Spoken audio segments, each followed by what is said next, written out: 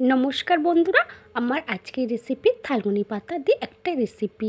আপনাদের অনুরোধ রইল পুরো ভিডিওটা দেখার জন্য। আর এই থালকুনি পাতা আমাদের শরীরের জন্য খুবই উপকারিতা একটা পাতা। আর রেসিপিটা যদি আপনাদের ভালো লেগে থাকে তাহলে লাইক কমেন্ট শেয়ার করে দেবেন। আর আমার চ্যানেলে নতুন বন্ধু হয়ে থাকলে সাবস্ক্রাইব করে দেওয়ার অনুরোধ রইল। আমি এখানে থালকুনি পাতা ধুয়ে ভালো করে পরিষ্কার করে নিয়েছি। এই থালকুনি পাতাটা আমি শিলনোড়াতে ভালো করে বেটে নেব। এই থালকুনি পাতা আমাদের শরীরের জন্য খুবই উপকারিতা একটা পাতা। এই থালকুনি পাতা দিয়ে প্রথম ভাতটা আপনারা অনেকটাই খেয়ে নিতে পারবেন। আমি যেভাবে বানিয়েছি আপনারা পুরো ভিডিওটা দেখুন। অল্প একটু ধনে পাতাটা আমি থালকুনি পাতার সাথে ভালো করে বেটে নেব। এই থালকুনি পাতা পেটের জন্য খুবই উপকারিতা। ধনে পাতাটা ভালো করে বেটে নিয়েছি। এবার একটু ঝালের জন্য দুটো নিয়েছি কাঁচা লঙ্কা।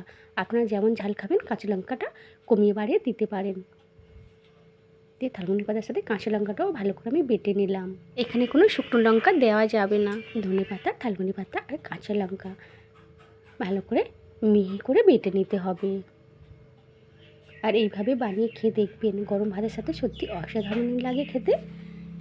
আমার এখানে থালকুনি পাতাটা ভালো করে বেটে নিয়েছি। এবার একটা বাটির মধ্যে তুলে নেব। পৃথিবীর কোন প্রান্ত থেকে দেখছেন অবশ্যই কমেন্ট করে জানাবেন। এবার থালকুনি পাতার মধ্যে দেবো একটু কাঁচা সরিষার তেল। এই কাঁচা থালকুনি পাতা বাটা ভাতের সাথে অসাধারণ লাগে। কাঁচা সরিষার তেলটা দিলে অসাধারণ লাগে। আর দিলাম স্বাদ মতো লবণ, দিয়ে ভালো করে মিশিয়ে নিতে হবে। লবণ আর তেলটা ভালো করে থালকুনি পাতার সঙ্গে মিশিয়ে নিতে হবে। আমার এই রেসিপি আপনার যদি ভালো লেগে থাকে তাহলে লাইক কমেন্ট শেয়ার করে দেবেন। আর আমার চ্যানেলে নতুন বন্ধু হয়ে থাকলে সাবস্ক্রাইব করার অনুরোধ রইল। ধন্যবাদ।